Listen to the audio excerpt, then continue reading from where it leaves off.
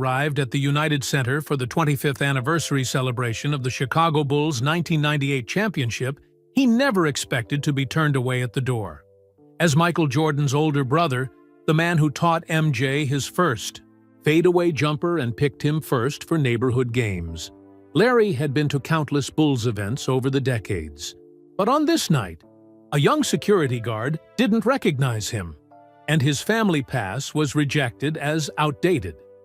What followed wasn't just a story about a celebrity's family member being denied access.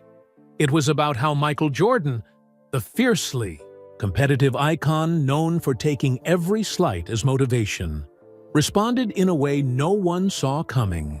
Rather than demanding an apology or creating a scene, MJ's response revealed the true measure of the man behind the legend, demonstrating that his greatest victory might not be any of his 6 championships, but rather the values that guided him, long after the final buzzer. Larry Jordan tugged at the collar of his dress shirt as he approached the United Center. The April evening in Chicago carried a slight chill, but it wasn't the weather making him uncomfortable. Big crowds always made Larry nervous, even after all these years of being Michael Jordan's brother. Tonight was special, though, the 25th anniversary celebration of the Chicago Bulls' 1998 championship, the last dance of their dynasty. Larry wouldn't miss it for the world. Michael had personally asked him to come. "You're my good luck charm, Larry," Michael had said on the phone last week. "Always have been." Larry smiled at the memory as he reached into his pocket and pulled out his pass. It was different from regular tickets, a small card with the Jordan family crest that Michael had designed himself years ago for family members. Larry had kept his in perfect condition all these years, protected in a special sleeve. As he approached the VIP entrance, Larry noticed something different. New metal detectors had been installed, and security guards he didn't recognize were checking passes. "Evening," Larry nodded at the young security guard whose name tag read Darnell Wilson. "Big night tonight." Darnell looked up, his face serious. "Ticket or pass, sir?" Larry handed over his family pass. "Here you go." Darnell studied the pass, turning it over in his hands with a frown. "Sir, I'm not familiar with this type of pass. Where did you get this?" "It's a family pass. My brother Michael." "Your brother Michael?" Darnell raised an eyebrow, looking Larry up and down. Larry took a deep breath. He'd been through this before. At 63, with his gray-speckled hair and glasses, he didn't look much like his famous younger brother anymore.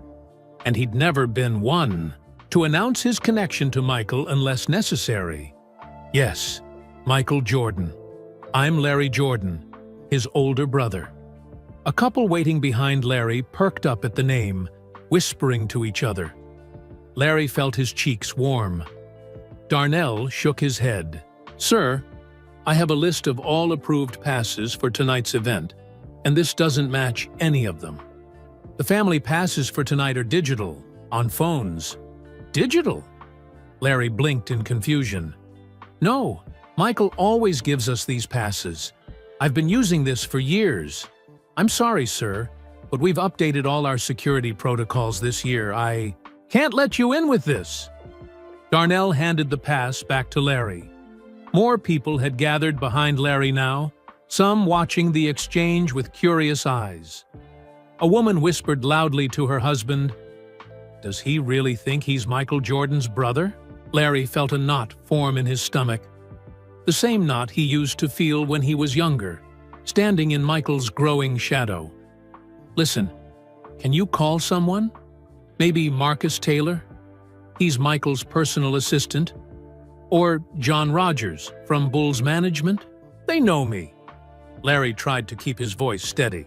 "Sir, there are a lot of people waiting to get in. If you don't have proper credentials, I'm going to have to ask you to step aside." Darnell gestured to the growing line behind Larry. "Could I at least use your phone to call my brother?" Larry asked, reaching for his own phone only to realize with a sinking feeling that it was dead. He'd used up the battery taking photos of Chicago on his way to the arena. "Sir, please step aside. I can't give my phone to guests." Darnell's voice had taken on the firm tone of someone used to dealing with difficult situations. Larry felt the stares of everyone in line. Some looked annoyed, others embarrassed for him. A few were taking out their phones, probably to record what they thought was someone trying to sneak in by claiming to be related to Michael Jordan. "I understand," Larry said quietly, fighting to maintain his dignity. He stepped out of the line, clutching his pass in his hand. He watched as others streamed past, former players he recognized, team staff he'd met over the years, celebrities, excited for the night's celebration. None of them noticed him standing there. Larry walked over to a bench near the entrance and sat down. He stared at the family pass in his hand, running his thumb over the Jordan crest. Their father James had always told them to carry themselves with pride, to never make a scene. So, despite the knot in his stomach, Larry kept his head high. He thought about trying the main entrance, but he knew the result would be the same, and the idea of being turned away a second time, possibly in front of more people, was too much to bear. From his bench, Larry could see the massive statue of Michael outside the arena, his brother frozen mid-air, defying gravity as he had done so many times on the court. Larry had been there when they unveiled that statue in 1994. "None of this would have happened without you, Larry," Michael had whispered to him that day, away from the microphones. Larry took out his dead phone and pressed the power button, hoping for a miracle. Nothing. He looked around for a phone he could borrow, but everyone was hurrying inside, excited for the celebration about to begin. Finally, he approached a different security guard, an older man standing by a side entrance. "Excuse me, my phone died. Could I possibly borrow yours to make a quick call?" "It's an emergency," Larry said. The guard looked sympathetic. "Sorry, against policy, but there's a charging station inside the lobby if you have a ticket." "That's the problem," Larry sighed. "I can't get in." After considering for a moment, the guard pointed across the street. "There's a restaurant over there, the Bull's Place. They might let you use their phone or charge yours." "Thank you," Larry nodded, appreciating the small kindness. As he crossed the street toward the restaurant, Larry glanced back at the United Center. The building glowed with red and white lights, and a giant banner of the 1998 championship team hung from the facade. There was Michael in the center, holding the trophy, surrounded by his teammates. For the first time in years, Larry felt like an outsider to his brother's world. Not because Michael had ever made him feel that way. No, Michael had always made sure his family was taken care of, always made sure they had access to his games, always acknowledged how important they were to his success. This was different. This was the world moving on, systems changing, people forgetting. To that young security guard, Larry wasn't Michael Jordan's proud older brother who had taught him his first jump shot. He was just another man with an outdated pass trying to get into an exclusive event. Inside the Bull's Place restaurant, Larry asked to use their phone. He dialed Michael's number from memory and waited as it rang 3 times before going to voicemail. "Hey, Mike, it's Larry. Having a bit of trouble at the entrance. My pass isn't working and my phone's dead. No big deal, but if you get this message..." Larry paused, not wanting to bother his brother on such an important night. "Actually, don't worry about it. I'll figure something out. Congrats on tonight." He hung up and thanked the restaurant host. Rather than wait outside in the cold, Larry decided to get a table. Maybe he could watch some of the celebration on the TV screens inside. Or maybe he'd just go back to his hotel. As he settled into a booth with a view of the United Center across the street, Larry couldn't help but wonder if Michael would notice his empty seat. He always did. Even in a crowd of thousands, Michael Jordan could spot his family in the stands. It was like he drew strength from knowing they were there. Larry ordered a coffee and watched the people streaming into the arena, all of them excited to celebrate his brother's legacy. And despite everything, despite sitting alone in a restaurant, instead of being inside for the celebration, Larry felt a swell of pride. That was his little brother they were all there to honor. His little brother who had changed the game forever. And no pass, no security guard, no mix-up could ever change that. As Larry sipped his coffee, his mind drifted back to Wilmington, North Carolina, 1975. The Jordan family home on Ogden Avenue wasn't fancy, but it had the one thing Larry and Michael valued most: a cement backyard with a basketball hoop their father James had installed. It was a hot summer day, the kind that made the cement shimmer with heat waves. 15-year-old Larry dribbled, the worn basketball, the steady thump echoing through the yard. 12-year-old Michael watched from the porch steps, his legs too short to reach the ground. "Come on, Mike, your turn," Larry called, waving his younger brother over. Michael jumped up, bouncing over to the makeshift court. Even then, there was something different about the way Michael moved, a natural grace that made Larry shake his head in wonder. "Show me that move again," Michael said, his eyes focused on the ball in Larry's hands. Larry demonstrated his fadeaway jumper, the one he'd been practicing all summer for his high school team. "It's all in the legs, Mike. You jump back away from your defender, create space." Michael nodded seriously, taking mental notes. Everything about basketball was serious to him, even at 12. "Let me try," Michael said, grabbing the ball from Larry's hands. Larry watched as his little brother attempted the move. Michael's first try was awkward. His small body couldn't generate the same power or height. But there was that determination in his eyes. "Not bad," Larry said. "But you gotta push off harder with your back foot."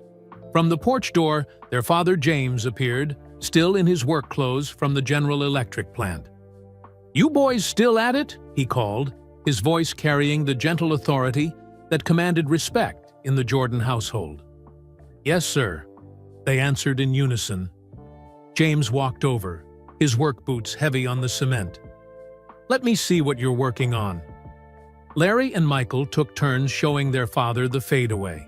James nodded, his arms crossed over his chest.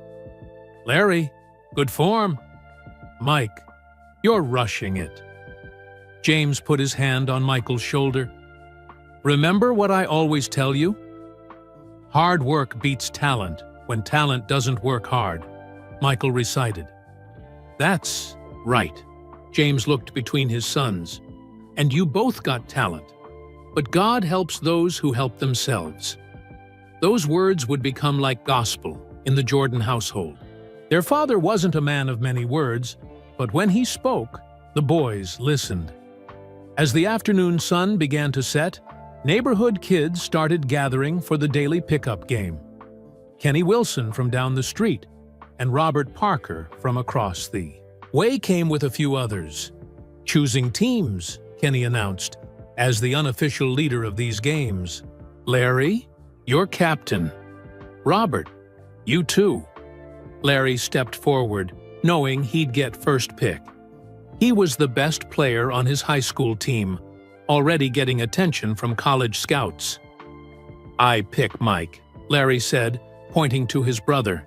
"The other," kids groaned. "Come on, Larry. He's too small," Kenny complained. "He's my brother," Larry replied simply. Michael beamed, trying to stand taller. But Kenny was right. Michael was small for his age, a late bloomer who hadn't hit his growth spurt yet. The game started, and Larry quickly realized his team was at a disadvantage. Michael tried hard, but couldn't keep up with the older boys. When they fell behind by 8 points, Larry saw the frustration building on Michael's face. During a water break, Michael approached Larry, his voice low so the others couldn't hear. "Don't pick me next time if I'm making your team lose," he said. Larry looked at his brother, surprised by the maturity in his eyes. "Mike, winning today doesn't matter. Getting better does. But you always want to win," Michael countered. Larry couldn't argue with that. The Jordan competitive streak ran deep. "Tell you what, for the next point, I'll get you the ball right under the basket. You just be ready." When the game resumed, Larry drove toward the hoop, drawing the defenders. At the last second, he passed to Michael, who stood unguarded near the basket. Michael caught the ball and made the easy layup. "Nice shot, Mike," their father called from where he watched on the porch. The look on Michael's face, pride mixed with growing confidence, stuck in Larry's memory all these years later. After they lost the game, the other kids headed home for dinner. But Michael stayed on the court. "I'm gonna practice more," he told Larry. "It's almost dark, Mike. Just a little longer." Their mother, Dolores, called from the house. "Dinner in 5 minutes. You boys wash up." "You heard, Mom," Larry said. "Besides, we can practice tomorrow." Michael reluctantly followed Larry inside, but not before taking one more shot, a perfect swish through the net. That night after dinner, Larry found Michael sitting on their shared bedroom floor, cutting pictures of basketball players from magazines. "Who's that?" Larry asked, pointing to a player Michael had carefully cut out. "David Thompson," Michael answered. "He plays for NC State. Dad took me to see him play last year, remember? He can really fly," Larry remembered. Their father had only had 2 tickets to that game. He'd chosen to take Michael while Larry stayed home with their sisters. It had been the first time Larry realized that his little brother's love for basketball might run even deeper than his own. "You think I'll ever be that good?" Michael asked, looking up at Larry with those earnest eyes. "Maybe," Larry said, thinking of how much Michael had already improved just that summer. "But you gotta grow some more first, shrimp." Michael threw a pillow at him, and soon they were wrestling across the bedroom floor, their mother's voice calling up to settle down. Later, when the lights were out, Michael whispered across the dark room. "Larry? Yeah? Thanks for picking me first today." "Always will, Mike." As the years passed, their backyard games continued, but things began to change. By the time Michael entered Laney High School in 1978, Larry was preparing to join the Army Reserves. Their one-on-one games grew more intense, more physical.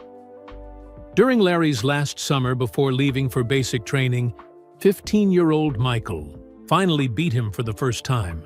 It was a close game, 11-10, with Michael hitting a jump shot that Larry could have sworn he'd blocked. "No fair," Larry complained. "You're getting too tall." It was true. Michael had finally hit his growth spurt, shooting up nearly 4 inches that year alone. The little brother who once looked up to Larry was now almost eye to eye with him. "Play again?" Michael asked, already dribbling for the next game. "Can't." "Got a pack," Larry said, nodding toward the house where his military duffel bag waited. Something passed across Michael's face, a glimpse of the boy beneath the growing, competitive exterior. "You'll write, right?" Michael asked.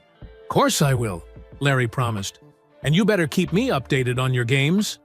"Everyone," Michael nodded solemnly. Their father appeared at the back door. "Larry, your ride's here." As Larry turned to go, Michael surprised him with a quick hug. "I'm gonna be better than you when you get back," he said. Larry laughed. "You can try." What neither of them said out loud was how much things would change. How much they would both change. How their paths would diverge in ways they couldn't imagine that summer day in Wilmington.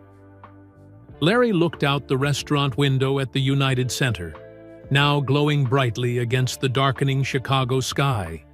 He hadn't known back then that his little brother would become the Michael Jordan, that the fadeaway jumper he'd taught Michael would become one of the most famous moves in basketball history. All he'd known was that his brother loved the game as much as he did, maybe more. And now here he was, shut out of the celebration of his brother's greatest achievements. The irony wasn't lost on Larry. He'd never been jealous of Michael's success, only proud. But sometimes, life had a way of reminding you of your place in the story. Larry checked his watch. The ceremony would be starting soon. Maybe he should just head back to his hotel. But something made him stay, nursing his coffee and watching the United Center shine like a beacon across the street. He reached into his jacket pocket and pulled out his wallet. Inside was a worn, folded letter, one of many he and Michael had, exchanged during their years apart. This one, dated May 1982, was special. Dear Larry, you won't believe what happened. We won the NCAA championship. Coach Smith finally got his first title. I hit the shot, Larry, just like we practiced in the backyard. 17 seconds left, down by 1, and I hit it from the wing. I wish you could have been there, but I know you were watching. Everyone's going crazy here in Chapel Hill. They're calling me the savior of Carolina basketball. But that's too much. I just took the shot that was there. You would have made it, too. How's Germany? Is it as cold as you said in your last letter? Mom keeps all your letters in that box in the living room. She reads them to everybody who visits. Dad says hi. He doesn't say it, but I know he's proud of both of us. Your brother, Michael P.S. I'm up to 6.4 now. Better watch out when you come home on leave. Larry smiled at the letter. He'd been stationed at the army base in Stuttgart, Germany, when Michael hit that famous shot for the University of North Carolina. Larry had watched it on a delayed broadcast with other soldiers crowded around a small TV in the barracks. That's my brother, he'd shouted when Michael sank the game winner against Georgetown. The other soldiers had clapped him on the back, not fully understanding that they were witnessing the beginning of a legend. Larry had been so proud that day, but he also felt the first real twinge of something else. The realization that Michael was moving into a world he couldn't follow. While Larry was serving his country in the Army Reserves, Michael was becoming a star. Their paths had started to diverge when Larry graduated from Wilmington's New Hanover High School in 1978. Unlike Michael, who would later accept a basketball scholarship to North Carolina, Larry chose military service. It wasn't that Larry lacked talent. He'd been a solid player himself. But Michael had that extra something, that drive that separated good from great. You're making a mistake, Michael had told him when Larry announced his decision to join the Army instead of pursuing college basketball. You could play somewhere. Not like you will, Larry had answered honestly. Besides, Dad thinks it's a good idea. Their father, James, had nodded in approval when Larry enlisted. The Jordan men believed in service, in hard work, in building something solid. James had worked at General Electric for decades, showing up every day, providing for his family with quiet dignity. Larry saw himself following a similar path. Michael, though. Michael was different. The waitress at the Bulls place refilled Larry's coffee, pulling him from his memories. You here for the ceremony? She asked, nodding toward the United Center. Sort of, Larry replied with a small smile. Big night for Bulls fans, she continued. 25 years since the last championship. Time flies, doesn't it? Sure does, Larry agreed. After she moved on to another table, Larry pulled out another letter from his wallet. This one from 1984, right after the NBA draft. Larry, I'm going to Chicago. 3rd pick overall. Can you believe Portland passed on me? They'll regret that, I promise. Mom's worried about me moving so far from home, but I told her Chicago's not that bad. Cold, but I'll get used to it. The Bulls aren't great right now, but that's going to change. How's Sergeant Jordan doing? Mom showed me the picture you sent in your uniform. You look like Dad. I've got to find an apartment in Chicago. Wish you could come help me look. But I know you've got responsibilities. Maybe you can visit once I'm settled. Your brother, Michael, the PE. Bulls had been terrible before Michael arrived. A struggling franchise in a city dominated by the Bears, Cubs, and White Sox. But Michael changed all that. Larry remembered visiting Chicago for the first time in 1985, standing in the old Chicago Stadium, amazed at how the crowd reacted to his little brother. "That's Air Jordan," people would shout as Michael soared through the air. The nickname had caught on quickly. Larry had been serving as a sergeant by then, based back in the States, but still committed to his military career. During his leaves, he would try to catch Michael's games when possible. Sometimes Michael would leave tickets for him, and Larry would sit quietly in the stands, just another fan to most people. After one of those games, they'd gone to dinner at Michael's favorite Chicago restaurant. "How's the team at Fort Bragg?" Michael had asked between bites of steak. "Good men," Larry answered. "Staff Sergeant Williams retired last month. They gave me some of his responsibilities." Michael nodded, but Larry could tell his mind was elsewhere. "We're getting close," Michael said suddenly. "The team, I mean. We're not there yet, but we're getting closer. Coach Collins has us playing better defense." Larry recognized the look in his brother's eyes, the same intense focus he'd had as a kid shooting hoops until their mother forced them inside for dinner. "You'll get there," Larry had said simply, and Michael had. First, with the breakthrough.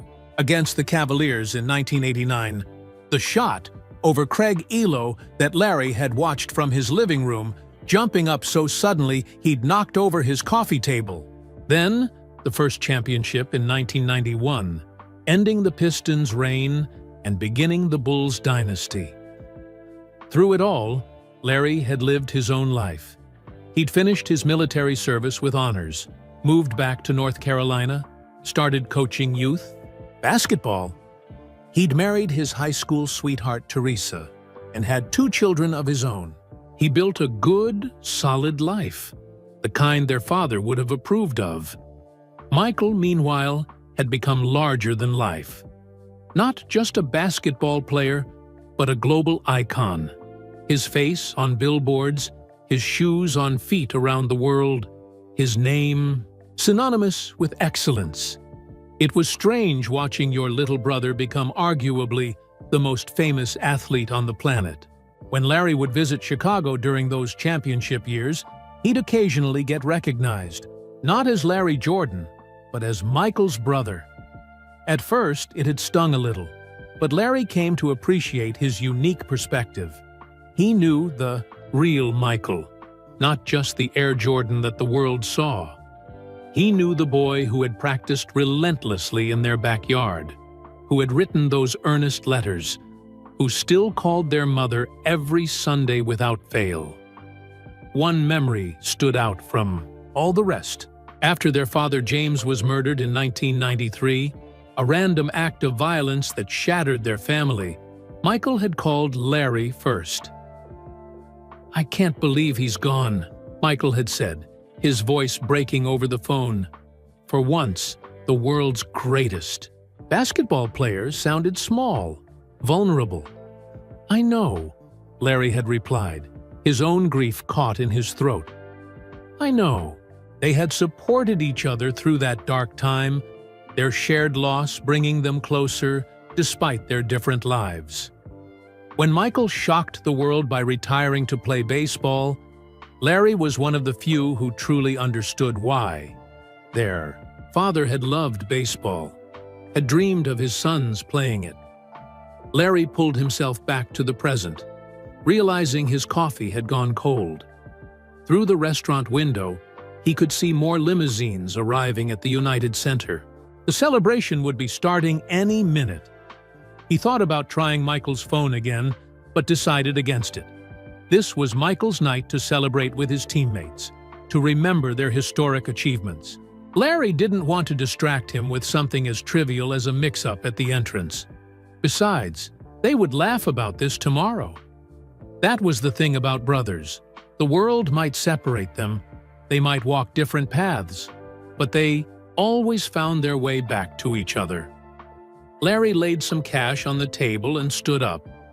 Maybe he would try one more entrance, or maybe he'd just head back to his hotel.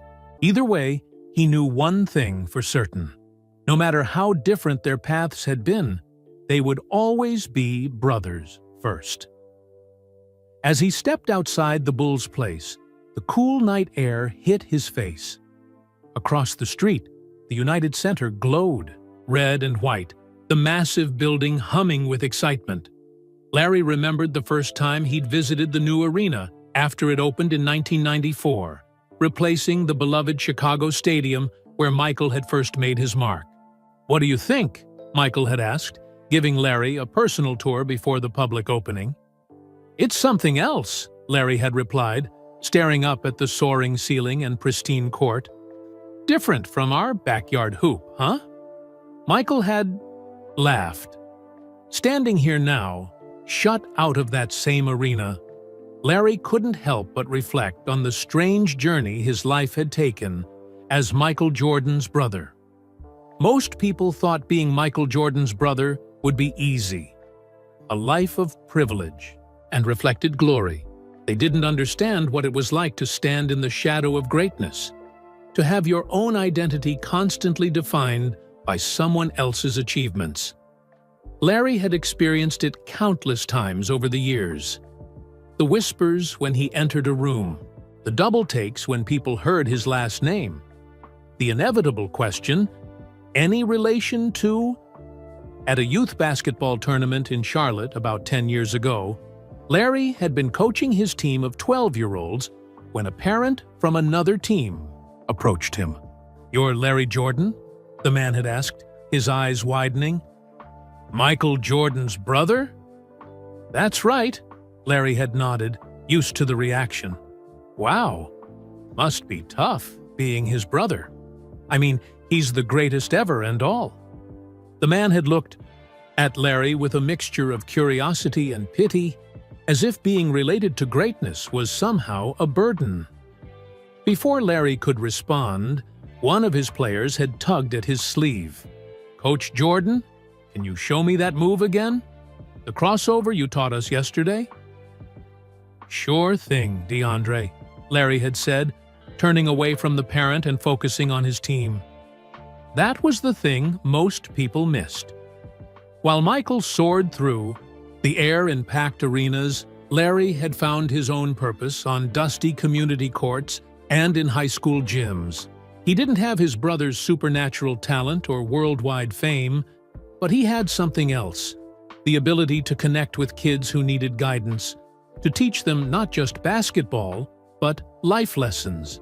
In many ways, Larry had become more like their father, steady, reliable, a quiet presence making a difference without fanfare. Michael had once told him, "You got Dad's patience. I never had that." Larry started walking, not toward the hotel or the arena, but just to clear his head. He passed a group of fans wearing Bulls jerseys, all with the number 23, all rushing toward the United Center's main entrance. One of the things Larry had learned early was how to deal with the questions. People always wanted to know what Michael was really like, as if the person they saw winning championships and starring in commercials was somehow different from the real man. "He's just my brother," Larry would usually say with a shrug. "Id" was both the simplest and most honest answer. But that never satisfied people. They wanted stories, insights, secrets. They wanted a piece of Michael that nobody else had. After the Bulls won their first championship in 1991, the requests had started pouring in. People Larry barely knew would call asking for signed merchandise, tickets to games, or just the chance to meet Michael. Distant relatives suddenly remembered family connections. Old high school classmates reappeared with business proposals. Larry had tried to shield Michael from the worst of it, but it was like trying to hold back the ocean with a broom. The price of Michael's fame was the loss of normal relationships, the constant suspicion about people's motives. Through it all, Larry had maintained his own course. He'd built a reputation as one of the best youth coaches in North Carolina, focusing on developing players who might not have natural talent but were willing to work. In 2000, he'd established a small basketball camp, using some of the techniques he and Michael had learned from their father. Michael had offered to fund the camp, to put his name on it, to bring in NBA players as guest coaches.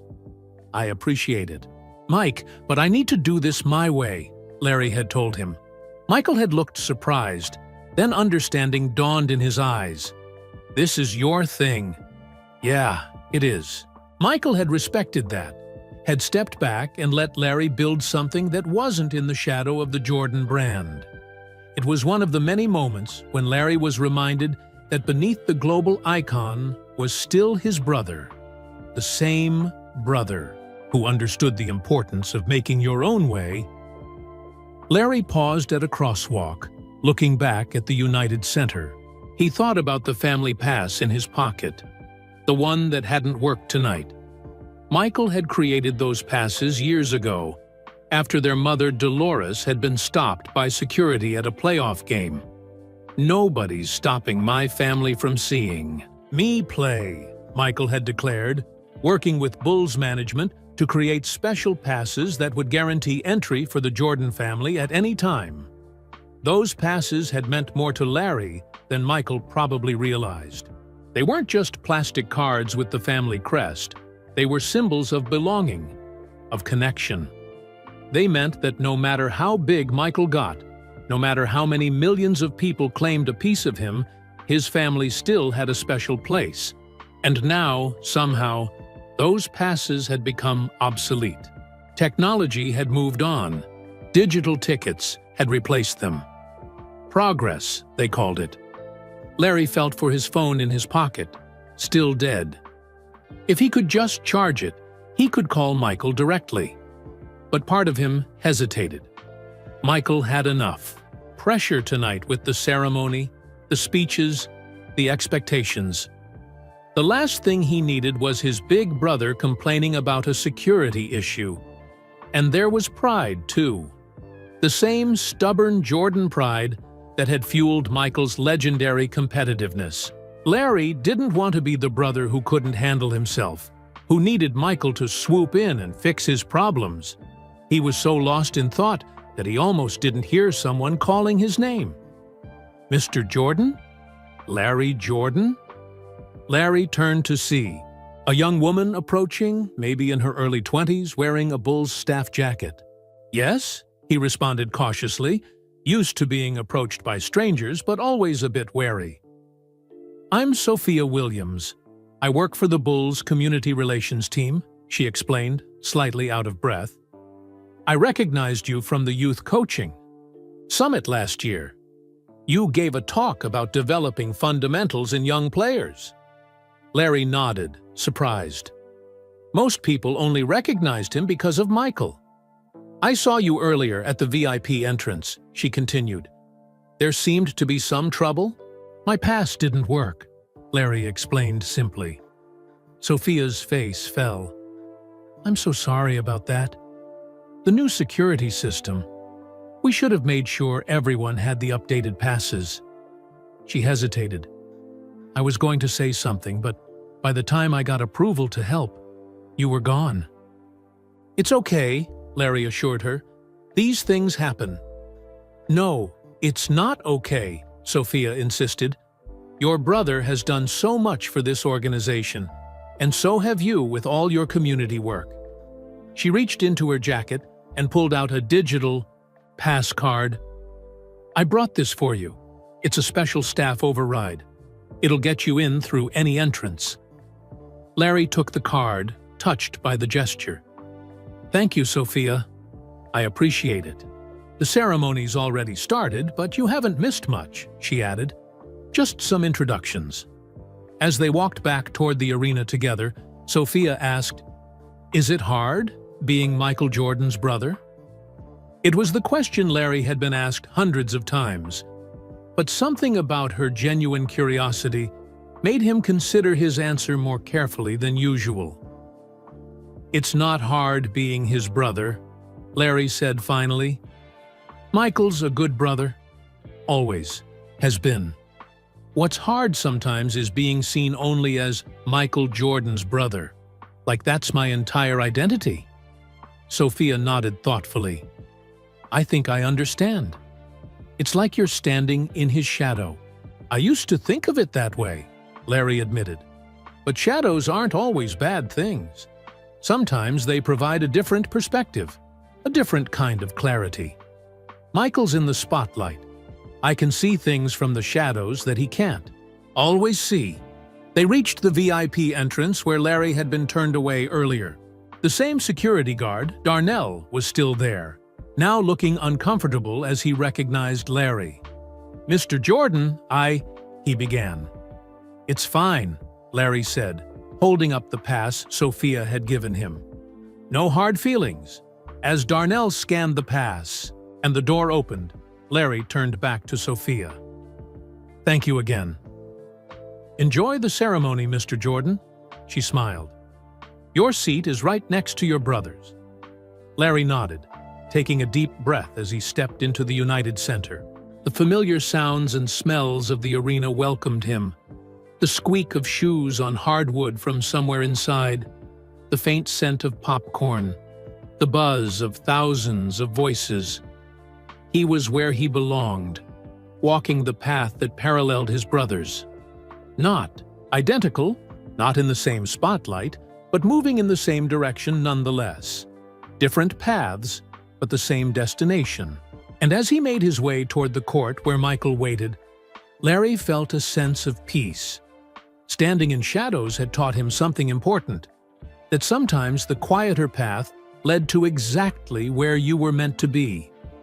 Meanwhile, inside the Arena's VIP preparation area, Michael Jordan checked his watch for the third time in 15 minutes. The ceremony commemorating the 25th anniversary of the Bulls' 1998 championship was about to begin, but something felt off. Michael scanned the room filled with his former teammates. Scottie Pippen adjusting his tie in a corner mirror, Dennis Rodman with his ever-changing hair color, bright green today, entertaining a group with wild stories, Steve Kerr quietly checking his phone, and Phil Jackson, still imposing with his tall frame and thoughtful eyes, speaking with Bulls management. They were all here, except one person.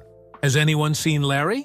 Michael asked, interrupting a conversation between team officials. The Bulls' current president, a young executive who'd been just a fan during the championship years, looked confused. "Your brother? I thought he was flying in tomorrow." "No." Michael shook his head, his expression serious. "He was supposed to be here an hour ago." Michael pulled out his phone, scrolling through his messages. No texts from Larry. He checked his call log and noticed 3 missed calls from Larry's number. About 45 minutes ago, he'd been in a pre-ceremony interview and had his phone on silent. Something wasn't right. Larry was never late. If anything, he was always early. A habit their father had instilled in both of them. "Mike, they need you for the final sound check," said Marcus Taylor, Michael's personal assistant for the past decade, approaching with a clipboard. "In a minute," Michael replied, already dialing Larry's number. The call went straight to voicemail. "Larry, it's Mike. Call me back. Where are you?" He hung up, his brow furrowed with concern. "Everything okay?" asked Scottie Pippen, approaching his former teammate and noticing his expression. "Larry's not answering. He should have been here by now," Michael replied. "Maybe traffic?" Scottie suggested. "It's crazy out there tonight. Fans started lining up this morning." "Maybe," Michael nodded, but the knot in his stomach said otherwise. "Marcus, can you check with security? See if Larry's come through any of the entrances."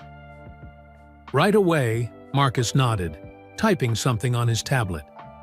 Michael walked over to a private corner of the room, looking out a small window that faced the E-20 Chicago skyline.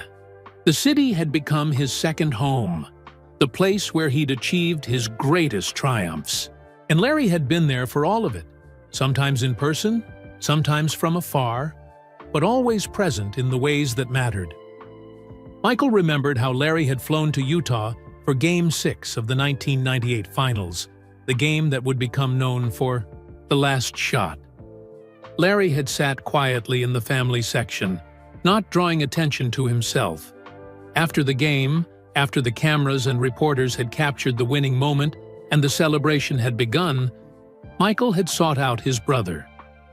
"We did it, Mike," Larry had said simply, embracing him. Not "you did it," but "we." That was Larry, always including himself in Michael's journey, always part of the foundation that supported the legend. And now he wasn't here. Marcus returned, his expression troubled. "Mr. Jordan, security has no record of your brother entering the building." Michael frowned. "That's impossible. I put him on the VIP list myself." I double-checked. His name is there, but no one matching his description has come through any of the special entrances. Michael felt a surge of worry. It wasn't like Larry to miss something this important, and it wasn't like him not to call if there was a problem. "Try his phone again," Michael instructed, turning back to the window. As Marcus dialed, Phil Jackson approached. "We're starting. In 5 minutes, Michael." Michael nodded, his mind still on his brother. "Phil, have you seen Larry?" The former coach shook his head. "Not yet. Is everything okay?" Before Michael could answer, the event coordinator appeared. "Mr. Jordan, we need you in position. The introduction video is about to start." Michael took a deep breath, pushing his concern aside temporarily. He was used to compartmentalizing, focusing on the task at hand while setting everything else aside. It was a skill that had served him well on the court. Tonight, it would have to serve him through this ceremony. "I'll be right there," he told the EEFE coordinator. Then, turning to Marcus, "Keep trying Larry, and check the regular entrances too. Maybe he came in the main way." As Michael moved toward the tunnel that would lead him to the court, he felt that familiar pre-game sensation, a heightened awareness, a slight edge of tension. But this time, it wasn't about competition. It was about family. The roar of the crowd grew louder as he approached the court. The United Center was packed to capacity, 23,500 fans cheering at a deafening volume. Normally, Michael thrived on that energy. Tonight, it felt hollow without knowing where Larry was. He stopped just before entering the spotlight, adjusting his custom-made suit, a subtle nod to the Bulls with its red lining. Marcus appeared at his side one last time. Still no answer. "But we're checking all entrances. I'll keep you posted during the ceremony, if anything changes." Michael nodded, his expression unreadable to most, but those who knew him well could see the slight tension around his eyes.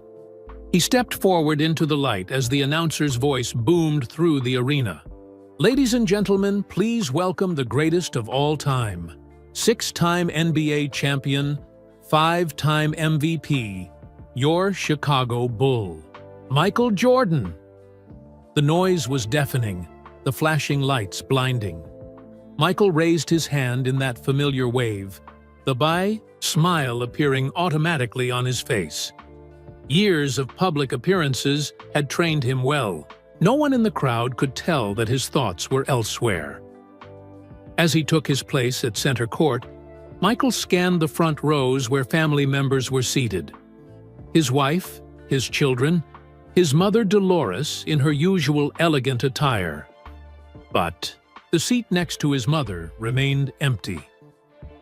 Larry's seat. The ceremony began with a video montage of the 1998 championship run, the battle with Indiana in the Eastern Conference Finals, the dramatic series against Utah, and, of course, the iconic shot over Brian Russell to seal the sixth championship. Michael watched himself on the giant screens, strange as always to see his younger self performing feats that sometimes seemed to belong to someone else's life. When the video ended and the spotlights returned to him, Michael stepped up to the microphone, prepared to give the speech he'd rehearsed.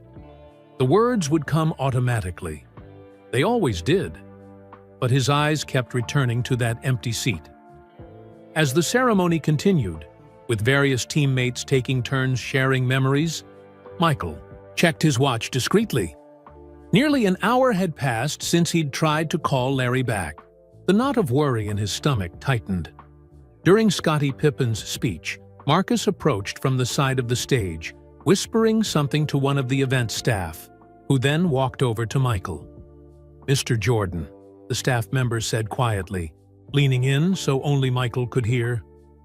"Your assistant asked me to let you know they still haven't located your brother." Michael nodded slightly, his expression unchanging for the benefit of the cameras trained on him. But inside, his concern was growing into genuine worry. Where was Larry? And what could have happened to keep him away on a night this important? As Dennis Rodman wrapped up his colorful speech, which had been edited twice by Bulls PR staff before the event, Michael stood to applaud with the rest of the audience. But his mind was racing through possibilities. Had Larry's flight been delayed? Was he stuck in traffic? Had there been an accident? The last thought sent a chill through Michael that had nothing to do with the arena's air conditioning. When it was Michael's turn to speak, he approached the microphone with the same confidence he'd shown throughout his career. No one in the crowd could detect his concern. That was another skill he'd perfected over years in the spotlight. The ability to shield his private thoughts from public view. 25 years ago, he began, his deep voice echoing through the United Center. We accomplished something special together, not just as a team, but as a city. The words flowed smoothly, just as they had during rehearsal. Michael spoke about dedication, about teamwork, about the journey that had led to that sixth championship. But as he spoke, he caught sight of his mother's face in the front row, her eyes occasionally drifting to the empty seat beside her. Dolores Jordan had always been the heart of their family, strong, steady, unwavering in her support. Michael could read the worry in her eyes now, the same worry he felt. As he concluded his speech to thunderous applause, Michael made a decision. He needed to find out what had happened to Larry, ceremony or no ceremony. While the spotlight shifted to a special musical performance, Michael slipped backstage where Marcus waited. "Anything?" Michael asked, his voice tense. "Nothing yet," Marcus replied. "I've checked with every entrance. His name is on the list at all of them, but no one's seen him." "What about his hotel? Have you called there?" "Yes," they said he checked. "In this morning, but left around 5 p.m., presumably to come here." Michael checked his watch. It was now after 8 p.m. 3 hours. Where could he be for 3 hours? "Should I call the police?" Marcus asked hesitantly. "Not yet," Michael decided. "Let me try something first." He pulled out his phone and opened a special app, one that few people knew about. Years ago, after a series of concerning incidents with overzealous fans, Michael had convinced his immediate family members to install a location-sharing app. It was a precaution they rarely used, valuing their privacy, but it existed for emergencies. Michael tapped on Larry's icon, but the app showed his location as unavailable. "His phone must be off," Michael muttered. Or dead, Marcus suggested. Battery could have died. Check the local hospitals, Michael instructed, his voice dropping, just to be safe. As Marcus stepped away to make the calls, Steve Kerr appeared. "Mike, they need you back out there for the team photo," he said, then noticed Michael's expression. "Everything okay?" Michael hesitated. He'd always kept his personal concerns private, compartmentalized from his professional life. But Steve wasn't just a former teammate. He was a friend who understood the pressures of the spotlight. "Larry's missing," Michael said quietly. "He was supposed to be here hours ago. No one's seen him, and his phone's going straight to voicemail." Steve's expression shifted from surprise to concern.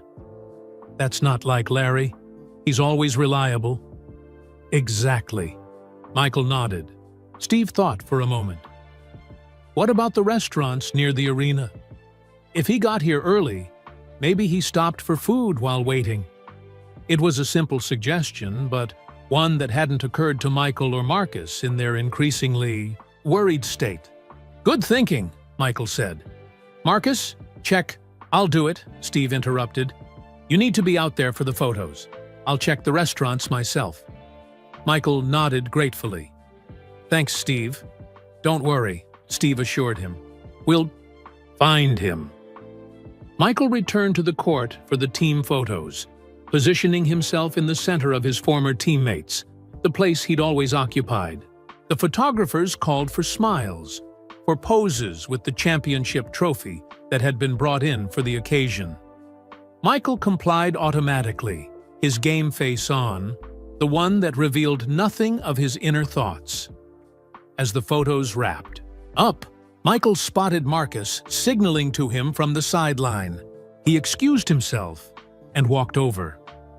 "Hospitals are clear," Marcus reported. "No one matching Larry's description has been admitted today." Michael felt a small wave of relief, quickly replaced by renewed confusion. If Larry wasn't injured, where was he? The ceremony continued with a special presentation from the current Bulls team, honoring the legacy of the '98 championship squad. Michael watched from his seat, applauding at the appropriate moments, but his eyes kept drifting toward the entrance tunnels, hoping to see his brother walking in late. During a video montage, his mother leaned over. "Any word from Larry?" she asked softly. "Not yet, Mom, but we're looking." Dolores patted his hand. "He'll be here. Your brother wouldn't miss this." "I know," Michael agreed. That was exactly what worried him. As the formal part of the ceremony concluded and the event shifted to a more casual reception on the court, Michael found himself surrounded by well-wishers, former NBA players, celebrities, team executives. He shook hands and exchanged pleasantries, but his attention remained divided. Finally, he spotted Steve Kerr making his way through the crowd, heading straight for him. Michael excused himself from a conversation with the NBA commissioner and met Steve halfway. "Anything?" he asked. "Maybe," Steve replied. "I checked 5 restaurants around the arena. At the last one, the Bulls place across the street, a waitress remembered serving a man who matches Larry's description. She said he was alone, had coffee, and made a phone call." "When was this?" "About 2 hours ago. She thinks he left around 30 minutes ago, but she wasn't sure where he went." "Did she say if he seemed okay?" Michael pressed. "She said he seemed quiet, maybe a little sad, but physically fine." Michael processed this information. Larry had been near the arena, alone, trying to make a phone call. The pieces weren't quite connecting yet, but it was something. "Mike," Marcus called, approaching quickly. "I just got some news from security. They reviewed the camera footage from the VIP entrance. Larry was there, about 2.5 hours ago." "He was here?" Michael's voice sharpened. "Then where is he now?" "That's the thing," Marcus continued. "He wasn't let in. There seems to have been some kind of issue with his pass." Michael felt a sudden chill, followed by a familiar heat, the same heat that had fueled him during the most competitive moments of his career. "What do you mean, some kind of issue?" he asked, his voice dangerously calm. "I don't have all the details yet, but it looks like his pass wasn't accepted. The security footage shows him walking away." Michael stood perfectly still, absorbing this information. His brother, the person who had been there from the beginning, who had taught him his first basketball moves, who had supported him through every triumph and challenge, had been turned away from Michael's own celebration. The thought was almost incomprehensible. "Find out exactly what happened," Michael instructed, his voice controlled but intense. "And find Larry. Now!" As Marcus hurried away, Phil Jackson approached, his observant eyes taking in the situation. "Family issue?" he asked quietly. Michael nodded. Larry was turned away at the entrance. His pass didn't work. Phil's eyebrows rose slightly, the closest he typically came to showing surprise. "That's unfortunate. What can I do to help?" "Finish out the ceremony," Michael decided. "I need to find my brother." Phil nodded, understanding as always. Family first, Michael. Always. It was something Phil had preached throughout their years together. That basketball was important, but family was sacred. It was one of the many reasons Michael respected him. As Michael prepared to leave the reception, Rachel Nichols from ESPN approached with a camera crew. "Michael, we're live in 30 seconds for your exclusive interview," she said brightly. Michael looked at her, then at the exit, weighing his options. The interview had been arranged months ago, promised to the network as part of the anniversary coverage. "I need to reschedule," he said firmly. Rachel's professional smile faltered. "But we're about to go live to millions of viewers. We've been promoting this all week." Michael met her gaze. "Something more important has come up." Before she could respond, Marcus returned, his expression urgent. "Mr. Jordan, we found out what happened. Security has identified the guard who turned your brother away. His name is Darnell Wilson." Michael nodded, his decision made. "Where is he now?" "Security office, near the west entrance." "Bring him to the private lounge," Michael instructed. "I want to hear exactly what happened." As Michael turned to leave, Rachel called after him. "Michael, please, just 5 minutes for the interview." But Michael Jordan was already walking away, his focus singular as it had always been when something truly mattered. The celebration could wait. The interviews could wait. Right now, nothing was more important than finding his brother and making things right. Michael moved through the corridors of the United Center with purpose, nodding briefly to those he passed, but not stopping. The United Center had always been his arena, the place where his legend had grown, where banners bearing his number hung from the rafters. Tonight, it felt different. Tonight, it felt like the building itself had betrayed him by turning away his brother. Marcus kept pace beside him, typing rapidly on his tablet. "Security is bringing Darnell Wilson to the lounge as requested. I've also sent people to check the Bulls' place again and the surrounding blocks." "Good," Michael replied, his voice tight. "And my mother?" "Phil Jackson is keeping her company, keeping things normal. She knows we're handling it." Michael nodded. Phil would understand how to manage the situation discreetly. The last thing he wanted was for his mother to worry more than necessary. They reached the private lounge, a luxurious space normally reserved for the highest-level Bulls executives and special guests. Tonight, it would serve a different purpose. "Tutwatsifif, this Darnell arrives," Michael said to Marcus. "I want you to record everything he says. Not on video, just audio. I want a record." "Of course!" Marcus nodded, slightly surprised by the request, but not questioning it. Michael paced the room while they waited, his mind racing through the possibilities of what might have happened. Larry was not confrontational by nature. If his pass had been rejected, he would have tried to explain, but he wouldn't have made a scene. That was never his style, which meant something else had gone wrong, something that had made Larry walk away rather than insist on his rightful place. The door opened and a young security guard entered, escorted by the head of arena security. Darnell Wilson looked 2D2, be in his mid-20s, tall and fit, his uniform pressed and proper. Right now, however, he looked like he might be sick. "Mr. Jordan," the head of security began, "this is Darnell Wilson. He was working the VIP entrance earlier tonight." Michael nodded, studying the young man's face. "Thank you for coming, Darnell. I understand you had an interaction with my brother this evening." Darnell swallowed visibly. "Yes, sir, Mr. Jordan. I didn't realize it was your brother at the Twig time." "Why don't you tell me exactly what happened?" Michael said, gesturing to the chairs. "Have a seat." It wasn't a request. Darnell sat on the edge of the chair opposite Michael, his posture straight, eyes darting nervously between Michael and Marcus, who had positioned himself near the door.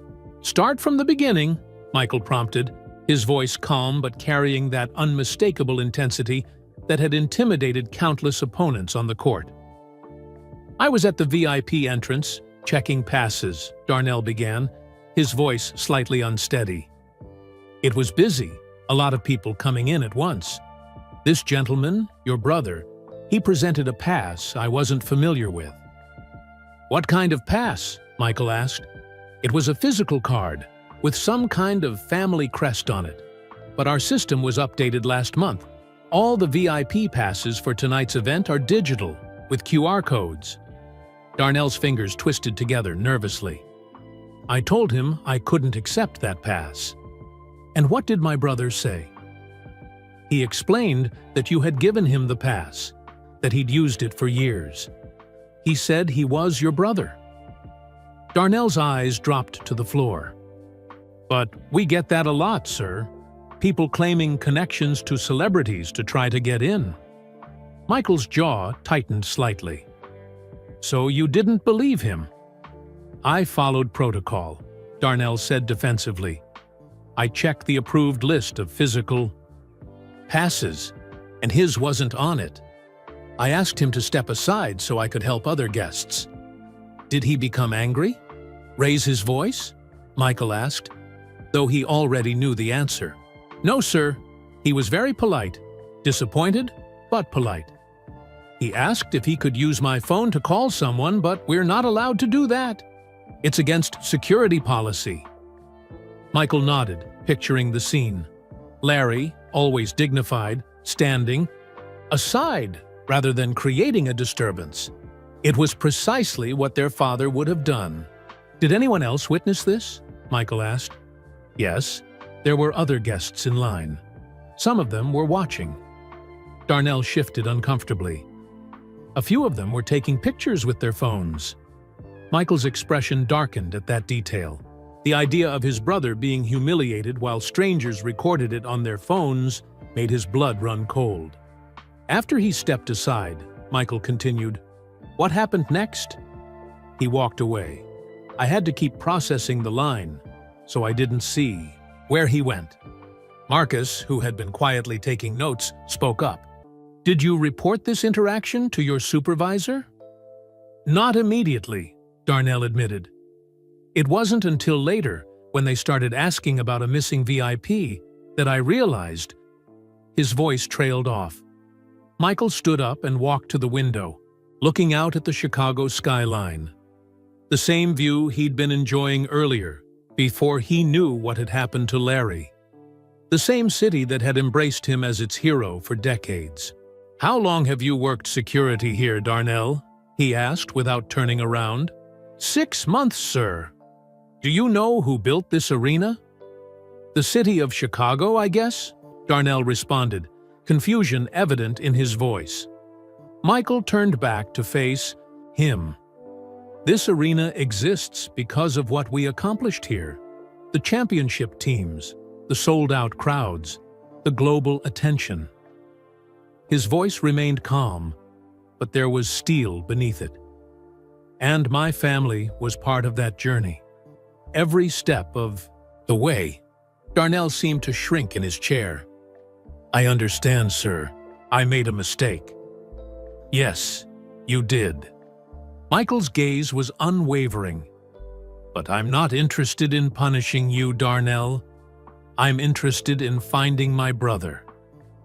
The tension in the room shifted slightly. Tell me about yourself, Michael said, surprising everyone present. You have family? Darnell blinked, caught off guard by the question. Yes, sir. My mother and my 2 younger siblings. I help support them. You're putting yourself through college? Yes, sir. Evening classes at UIC. Criminal justice major. Michael nodded thoughtfully. Working security to pay for college and help your family. That's honorable. Thank you, sir, Darnell replied, clearly uncertain where this was going. My father worked in a factory his whole life to support our family, Michael said. He taught us that family comes first. Always. He paused, letting the words sink in. That's why I'm not focused on what happened earlier. I'm focused on finding my brother now. The door opened, and Scottie Pippen entered without knocking. Mike, we might have something. Steve just called from outside. Michael turned to his former teammate. What is it? Larry's been spotted entering the arena through the main entrance. Someone named Sophia from Community Relations is with him. The news hit Michael like a wave of relief. When? Just now. They're heading toward the court. Michael nodded, turning back to Darnell. We'll continue this conversation another time. As Michael moved toward the door, Marcus stepped closer. What would you like me to do about the ESPN interview? Tell them I'll be ready in 20 minutes, Michael decided. Family came first, but once he knew Larry was safe, his professional obligations remained. Michael paused at the door, looking back at Darnell, who remained seated, his expression a mixture of relief and lingering anxiety. Darnell, Michael said, his voice softer now. Mistakes happen. It's what we do after them that defines us. With that, Michael left the room, Scottie falling into step beside him as they headed toward the main arena. Is he okay? Scottie asked. I'll know when I see him, Michael replied. As they approached the court, the sounds of the reception grew louder. Music, laughter, the buzz of conversation. The celebration continued, unaware of the drama that had unfolded on its periphery. Michael scanned the crowd, looking for his brother. His eyes found his mother first, still seated in the family section, now smiling at something Phil Jackson was saying. She looked more relaxed, which suggested she'd received news about Larry. Then he spotted them, Larry and a young woman in a Bulls staff jacket, making their way along the edge of the court. Larry looked tired, but otherwise fine. The sight of his brother, safe and finally in the right place, released a tension Michael hadn't fully acknowledged he was carrying. There he is, Scottie said, pointing unnecessarily. I see him. Michael nodded. Thanks, Scottie. Want me to give you 2 a minute? Please. As Scottie peeled away, Michael stood watching his brother for a moment longer. Larry hadn't noticed him yet, was looking around at the celebration with that quiet, observant expression he'd always had, taking everything in, processing it in his own way. Michael moved through the crowd toward him, people parting instinctively to let him pass. As he drew closer, Larry finally looked up and saw him. Their eyes met across the remaining distance, and a silent understanding passed between them. the kind that only exists between brothers who have shared a lifetime of experiences, both public and private. Larry Jordan was safe. He was here, and now Michael could finally address what had happened, not just with words, but with actions. Michael weaved through the crowd, nodding briefly to those who tried to stop him for handshakes or photos. For perhaps the first time in his public life, he ignored the cameras tracking his movement, his focus singular and unwavering. When he reached Larry, Michael didn't speak immediately. Instead, he placed a hand on his older brother's shoulder, a simple gesture that carried the weight of their shared history. "You made it," Michael said finally, his voice low enough that only Larry could hear. Larry nodded, a small smile crossing his face. "Better late than never." The young woman in the Bulls staff jacket stood nearby, watching their reunion with a mixture of relief and professional satisfaction. "This is Sophia Williams," Larry explained. "She works in community relations. She recognized me from a coaching summit last year and helped me get in." Michael turned to Sophia, his expression warming. "Thank you for helping my brother." "Of course, Mr. Jordan," Sophia replied. "It was the least I could do. Your brother has done amazing work with youth basketball programs." Michael noticed how she had recognized Larry for his own accomplishments, not just as Michael Jordan's brother. It was a small detail, but a meaningful one. "Could you give us a minute?" Michael asked. "Absolutely," Sophia nodded, stepping away, discreetly. Once they were alone as two people could be in an arena filled with celebrities and cameras, Michael guided Larry toward a quieter corner near the tunnel entrance. "I tried calling you," Larry said. "Your phone went to voicemail." "I know. I saw the missed calls later. I'm sorry." Michael rarely apologized, but with family, the rules were different. "What happened at the entrance?" Larry shook his head slightly. "It's not a big deal, Mike. Just a misunderstanding. My pass didn't work, and my phone died, so I couldn't call you directly." "It is a big deal," Michael countered, his voice still calm but with an undercurrent of intensity that Larry recognized from childhood, the same tone Michael had used when neighborhood kids tried to exclude him from games. "You're my brother. This is my celebration. You should have been here from the beginning." Larry sighed. "Security has their protocols. The young man was just doing his job." "I met him," Michael said. "Darnell Wilson."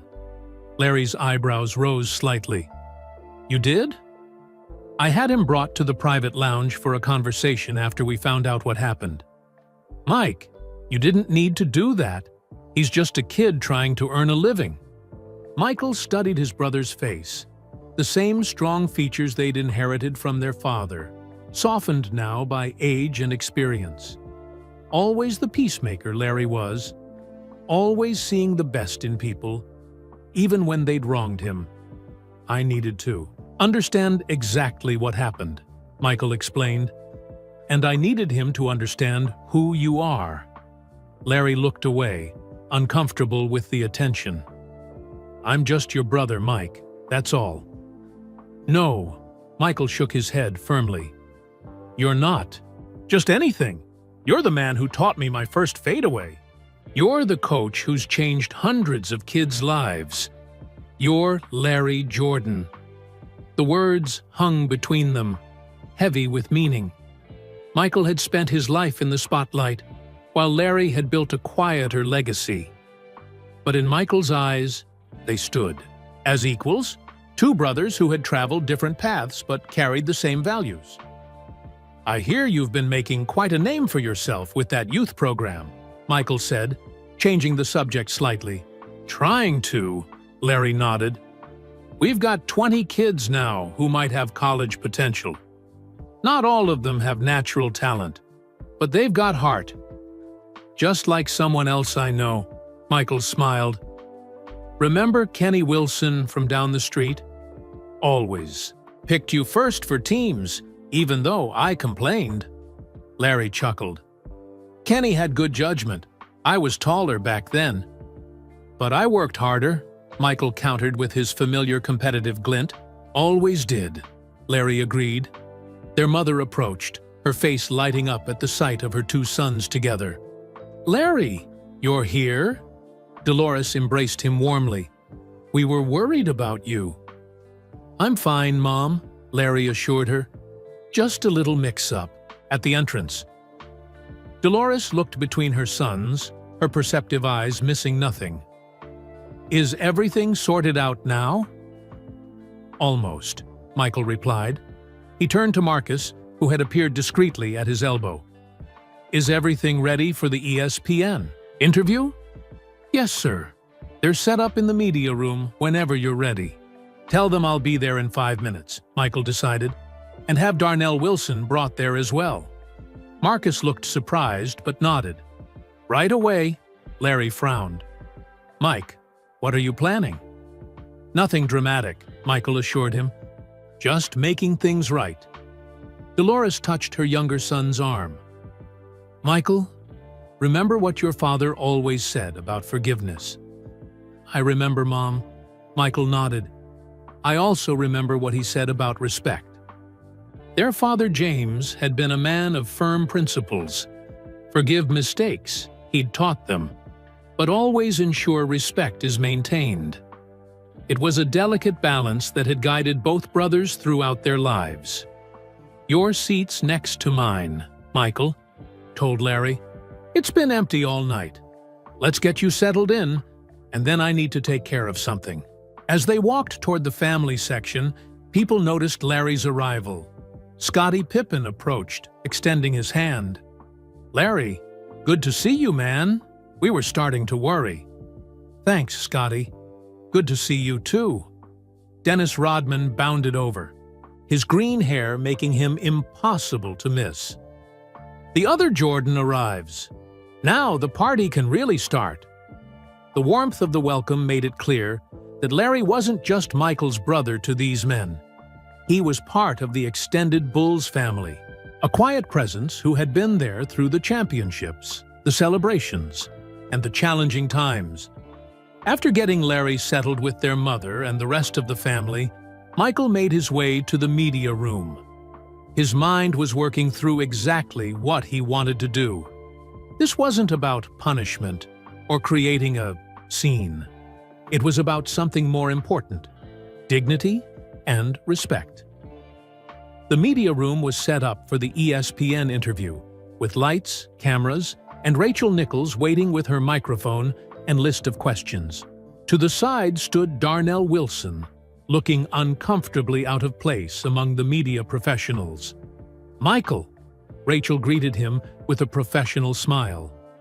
Thank you for making time. We're ready when you are. One moment, Rachel, Michael replied, walking over to Darnell first. The young security guard straightened his posture as Michael approached. Mr. Jordan, Michael held up a hand to stop him. Darnell, I've been thinking about our conversation. Yes, sir. You made a mistake tonight, but as I said before, we all make mistakes. What matters is what comes next. Michael's voice was low but clear. I was in your position once, young, trying to prove myself, following the rules as I understood them. Darnell listened intently, surprise evident in his expression. You're working security to put yourself through college. To help your family, Michael continued. I respect that. My father did the same. Worked hard to give his children opportunities. Thank you, sir, Darnell managed. Here's what's going to happen, Michael said. You're going to join me for this interview. You're not going to be fired or punished. Instead, you're going to help me make a point about something important. Darnell's eyes widened. An interview? On ESPN? With you? Not the whole interview, Michael clarified. Just a moment at the beginning. Can you do that? Yes, sir. If that's what you want. Michael nodded, then turned to Rachel, who had been watching the exchange with professional curiosity. "Rachel, I'd like to make a small adjustment to our interview," he said. "Of course," she replied, though her expression showed slight concern. "What did you have in mind?" "I want to start by introducing Darnell here. He's going to help me tell a story about family and second chances." Rachel, ever the professional, quickly adjusted. "That sounds compelling. We can absolutely make that work." As the camera crew made the necessary arrangements, Michael took a moment to center himself. This wasn't the dramatic confrontation many might have expected from the famously competitive Michael Jordan. There would be no public dressing down, no demand for apology, no flexing of celebrity power. Instead, he was choosing a different path, one that would teach a lesson while preserving dignity for everyone involved. It was the path his father would have chosen.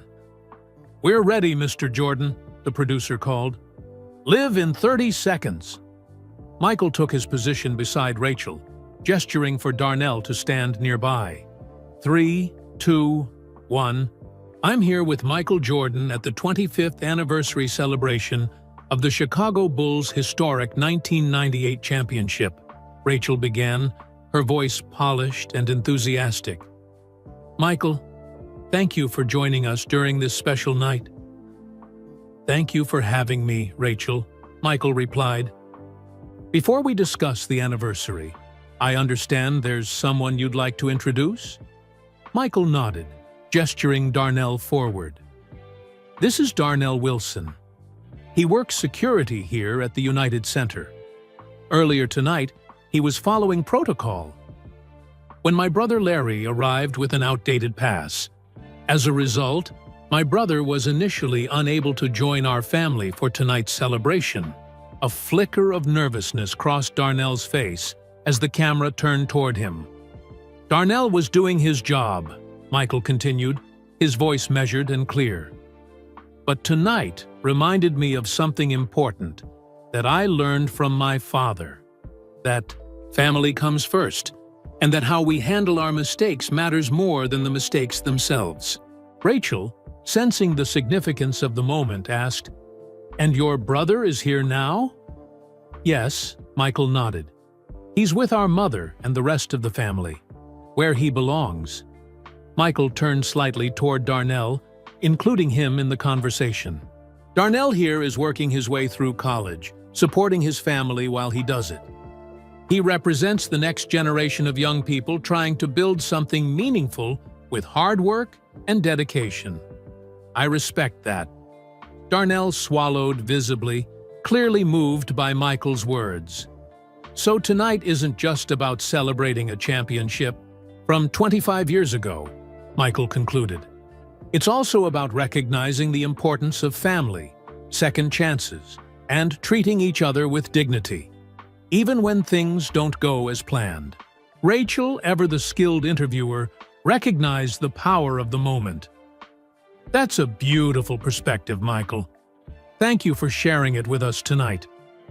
With a nod from the producer, Darnell was guided off camera, and the interview continued, with its planned questions about the anniversary celebration.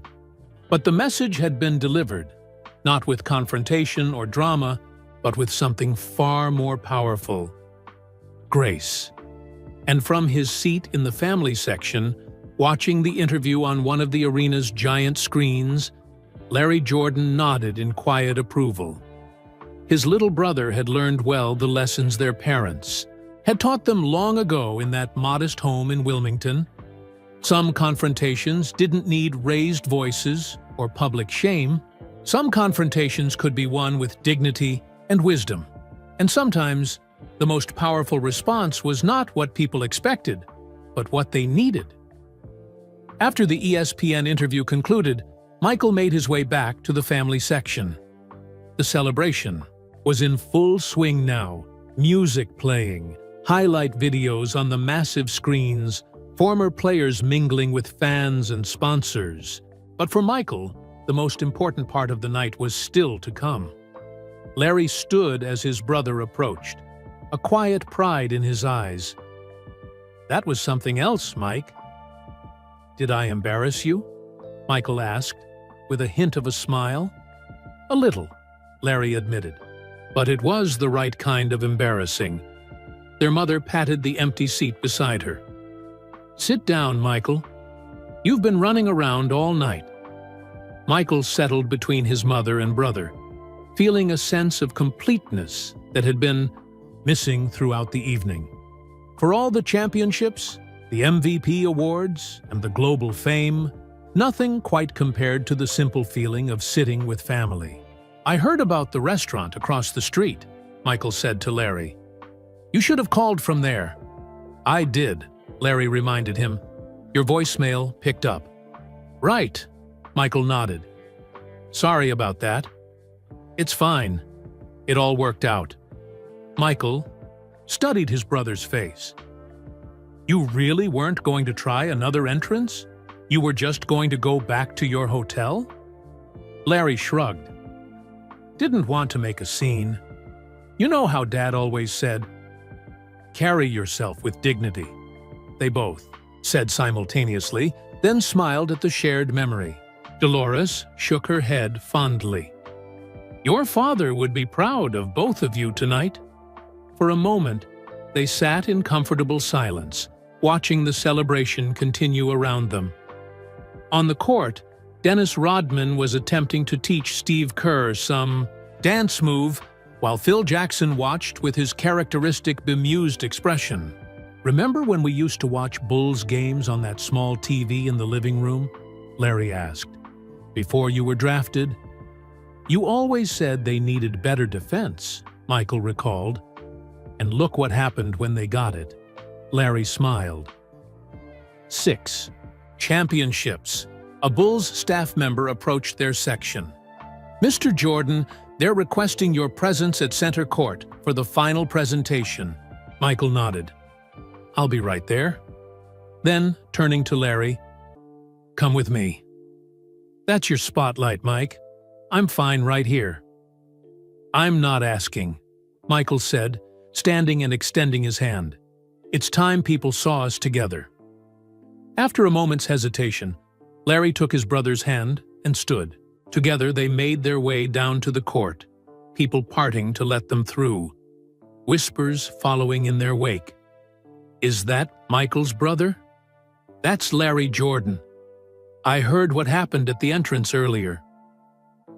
The current Bulls owner was at center court with a microphone, preparing to make the final presentation of the evening. He looked surprised when Michael approached with Larry at his side, but quickly adjusted. "Ladies and gentlemen, Michael Jordan and his brother Larry." "Jordan!" The crowd erupted in applause. Most were cheering for Michael, of course, but there was a special warmth when Larry's name was announced, perhaps because of the ESPN interview that had just aired throughout the arena, or perhaps simply because people recognized the importance of family to their basketball hero. "Thank you," Michael said, taking the microphone. "Tonight has been about celebrating what we accomplished 25 years ago. It's been about remembering the hard work, the dedication, and the brotherhood that made those championships possible." He looked out at his former teammates, scattered throughout the crowd. "When we talk about brotherhood in sports, we're usually talking about teammates. And those bonds are real and important." Michael turned slightly toward Larry. "But tonight, I'm reminded that there's another kind of brotherhood that's even more fundamental, the kind that starts in backyards with hand-me-down basketballs and makeshift hoops." Larry looked down, clearly moved but uncomfortable with the attention. "My brother Larry taught me my first fadeaway jumper," Michael continued. "He picked me first for neighborhood games, when I was too small to justify it. He believed in me before anyone else did, except maybe our parents." The arena had grown quiet, 20,000 people hanging on every word. "So while we celebrate the Bulls' brotherhood tonight, I want to take a moment to acknowledge my actual brother, the one who helped make all of this possible by pushing me supporting me, and showing me what it means to lead with dignity. Michael handed the microphone to Larry, who looked startled. "Just a few words," Michael whispered. Larry cleared his throat, finding his voice. "I'm proud of my brother. Always have been. Not just for what he accomplished on the court, but for who he is as a person. Our parents raised us to value family, hard work, and treating people right. Michael has honored those lessons throughout his career, and he honored them again tonight." He handed the microphone back quickly, more comfortable coaching from the sidelines than speaking at center court. As the crowd applauded, Michael did something unexpected. He pulled Larry into a hug, a real one, not the brief camera-ready embraces he usually offered in public settings. It was the kind of hug they'd shared after their father's funeral, the kind that spoke of a bond that transcended basketball, fame, and time. When they separated, both brothers had suspiciously bright eyes. "Let's get out of here," Michael suggested quietly. "I've had enough ceremony for one night." "Where to?" Larry asked. "There's a small Italian place a few blocks from here. Private room in the back. Just family." "Sounds perfect." As they walked off the court together, side by side, the spotlight followed them for a moment before fading away. The cameras caught their matching strides, the similar set of their shoulders, the unmistakable signs of brothers who had started life's journey together. The celebration would continue without them. The highlight reels would play, the sponsors would mingle, the fans would cherish their memories. But the most important part of the evening had already happened. A brother had found his way back to where he belonged, not through special treatment or privilege, but through the recognition of his own worth. And for the Jordan brothers, that was victory enough for one night. The next morning, the incident at the United Center had already made headlines. Sports networks ran clips from Michael's ESPN interview alongside stories about Larry being denied entry. Social media buzzed with opinions and hot takes, some praising Michael's gracious handling of the situation, others criticizing the security protocols that had failed to recognize a Jordan family member. Michael sat in his Chicago penthouse, coffee in hand, watching the coverage with a mixture of amusement and annoyance. The media always amplified everything he did. It had been that way since his rookie season, but this time, the spotlight was falling on Larry too, which Michael knew his brother wouldn't appreciate. His phone buzzed with a text from Larry. "Turn on ESPN. They're talking about me like I'm some kind of celebrity." Michael smiled and typed back, "Welcome to my world. Breakfast in 30? Already in the lobby of your building. Security recognized me this time." 20 minutes later, the brothers sat at Michael's dining table overlooking the Chicago skyline. Larry had brought bagels from Michael's favorite shop, a small detail that reminded Michael how well his brother knew him, despite the very different lives they led. "I've been thinking," Michael said between bites, "about what happened last night." "Mike, it's over." Larry sighed. "You already made your point with that ESPN interview.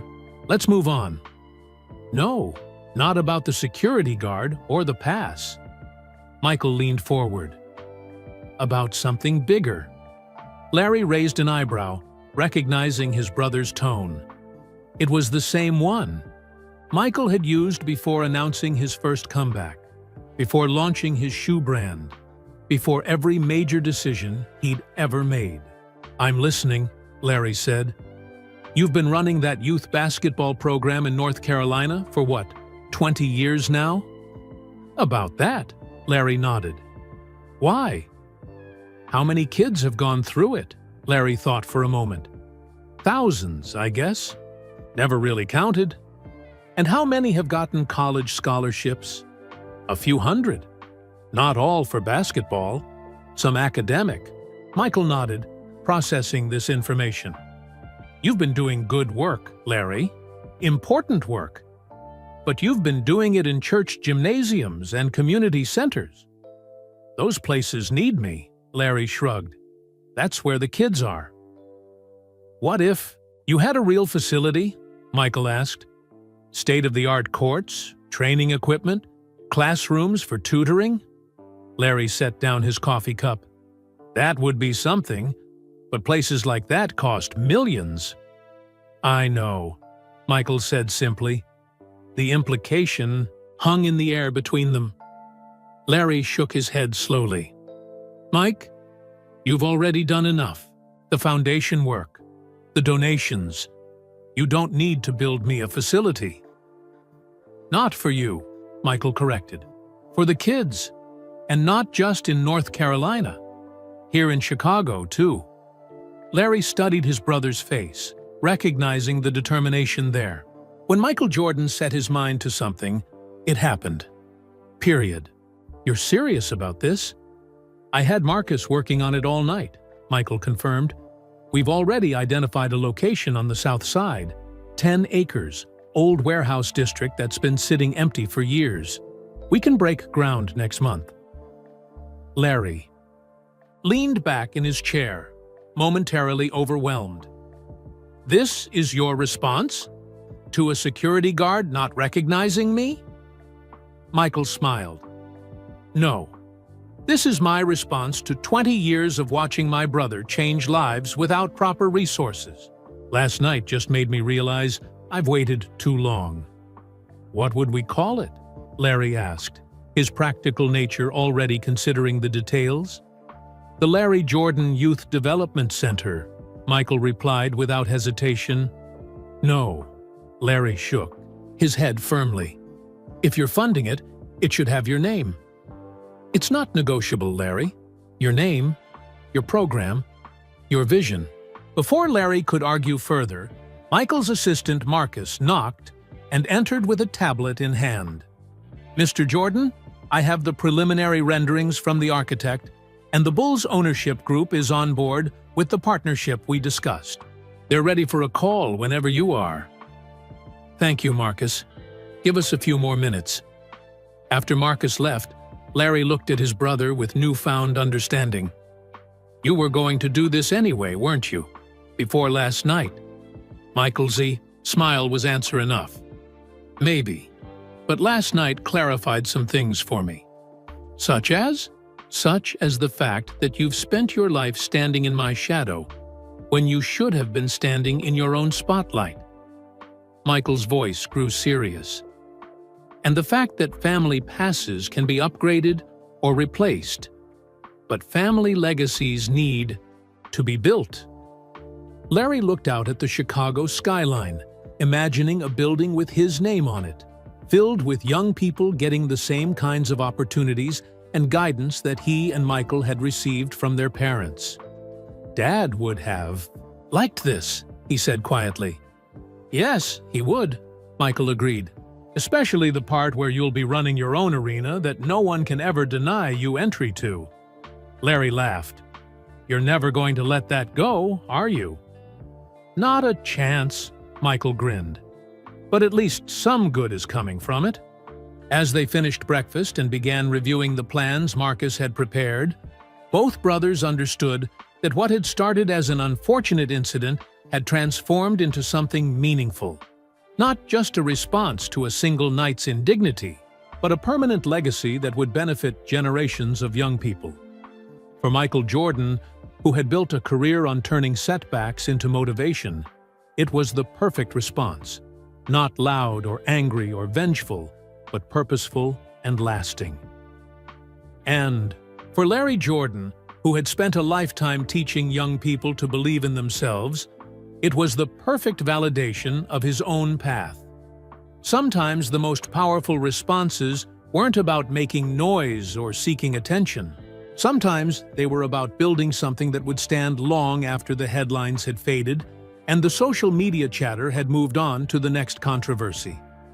Sometimes the best response was creating a door that would always remain open. 1 week later, under a bright Chicago sun, a crowd gathered on the city's south side. The vacant warehouse district that had stood empty for years was now filled with people, cameras, and a sense of anticipation. A large sign covered by cloth stood at the center of the gathering, waiting to be unveiled. Michael Jordan stood at a podium, dressed in a perfectly tailored suit, looking out at the assembled audience. Media outlets lined the back, their cameras trained on the basketball legend. In the front rows sat children from local schools and community programs, their eyes wide with excitement. Beside Michael stood Larry, looking slightly uncomfortable in his own suit, but standing tall nonetheless. Their mother Dolores sat in the front row, elegant as always, pride evident in her smile. "Thank you all for coming today," Michael began, his deep voice carrying across the crowd. "When I was growing up in Wilmington, North Carolina, my father James always told us that true success isn't measured by trophies or money. It's measured by the impact you have on others." He gestured to the vacant buildings behind him. "This site will soon be transformed into a state-of-the-art youth development center. But before I reveal the name and details of this project, I want to share a story with you." The crowd grew quiet, hanging on Michael's words as they always did. Last week, during the Bulls' championship anniversary celebration, something unexpected happened. My brother Larry was denied entry to the United Center because his pass wasn't recognized. A murmur ran through the crowd. The story had been all over the news, but hearing it directly from Michael gave it new weight. Many people asked me afterward, "What did you do about it? Did you get the security guard fired? Did you demand an apology?" The truth is, I did something much better. I listened. Michael turned slightly toward his brother. "I listened to Larry talk about the youth basketball programs he's been running for decades. Programs that have helped thousands of kids find their path, not just in basketball, but in life. Programs that have been operating in whatever gyms and community centers he could find." Larry shifted his weight, his eyes now fixed on the ground. He'd never been comfortable with praise, especially public praise. "When I was 12 years old," Michael continued, "Larry taught me how to do a fadeaway jumper in our backyard. He picked me first for neighborhood games when I was too small to deserve it. He believed in me before anyone else did. And for the past 20 years, he's been doing the same thing for kids across North Carolina and beyond." Michael paused, looking out at the children in the audience. Every successful person has someone who opened a door for them at a crucial moment. For me, that person was my brother Larry. He gestured to the cloth-covered sign. So today, I'm not just announcing a new building. I'm not just revealing another project with my name on it. I'm opening a door that will never close. A door to opportunity, to mentorship, to growth. Michael nodded to an assistant, who handed him a cord attached to the cloth covering. "It's my honor to announce the Larry Jordan Youth Development Center, which will open its doors 1 year from today." With a pull of the cord, the cloth fell away, revealing a large sign with Larry's name prominently displayed. The crowd erupted in applause.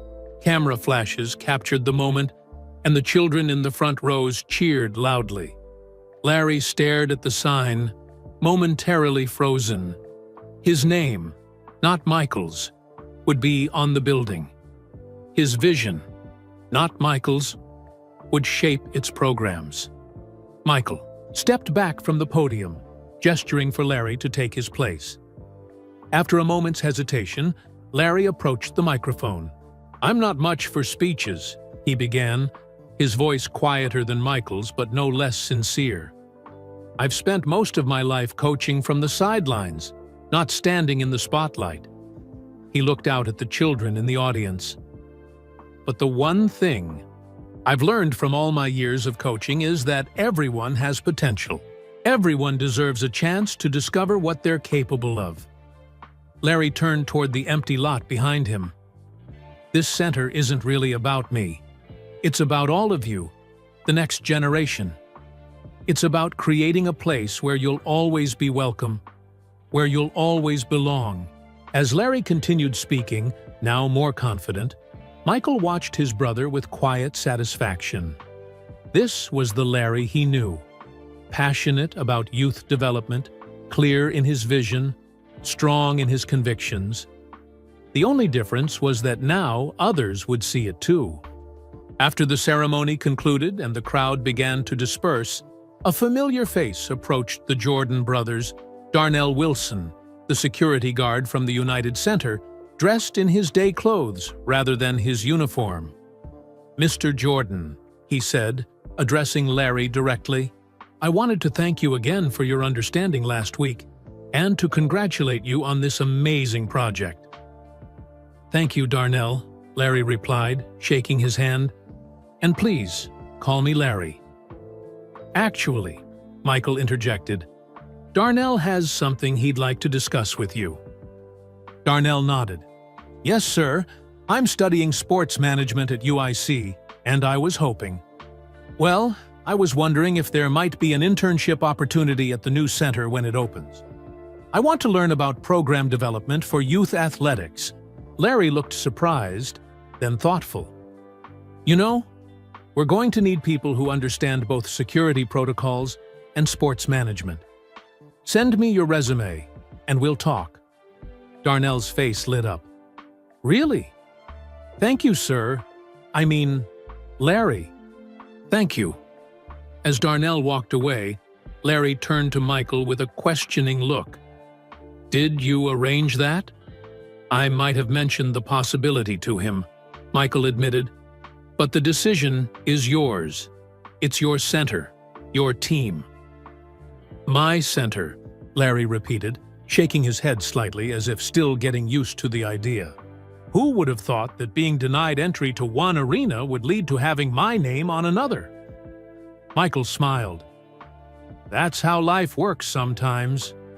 The door that closes leads you to the one that was meant to be open all along."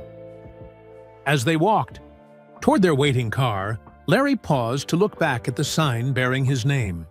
"You know this doesn't erase what happened at the United Center, right? Security systems still need improving. People still need to be recognized for who they are, not just who they're related to." "I know," Michael nodded. "And we're working on that too. New family recognition protocols for all NBA arenas, not just in Chicago. But that's just fixing a problem." He gestured toward the future site of the center. "This is creating a legacy." Their mother joined them, linking her arms through both of her sons. "Your father would be so proud of both of you," she said softly. "Not just for what you're building, but for how you handled everything with dignity." As they drove away, plans were already in motion. Architects were drawing up designs. Community leaders were being consulted. Programs were being developed. And throughout Chicago and beyond, word was spreading about the new center that would bear the name not of the famous NBA legend, but of his brother, a man who had spent decades working quietly in the background, opening doors for children who needed someone to believe in them. Michael Jordan's response to his brother being denied entry to the United Center wasn't what most people expected. It wasn't loud or angry or vengeful. It was thoughtful, meaningful, and lasting. It was, in the end, the perfect testament to the values their parents had instilled in both brothers long ago in that modest home in Wilmington: dignity, purpose, and above all, family. Sometimes the most powerful responses aren't what we expect, but exactly what we need. A reminder that true greatness isn't measured in trophies or fame, but in how we treat others and the legacy we create. Where are you listening from today? Whether you're commuting to work, relaxing at home, or taking a walk, I hope this story brought a little inspiration to your day. If you enjoyed this tale of brotherhood, dignity, and responding to challenges with grace, please take a moment to like this video and subscribe to our channel. We share stories like this every week that highlight moments of kindness, wisdom, and unexpected humanity from figures we think we know. Don't forget to share this video with friends and family who might need a reminder that sometimes the most powerful response to being shut out is to build something that always welcomes others in. Together, we can spread kindness and awareness one story at a time. Until next time, thank you for listening.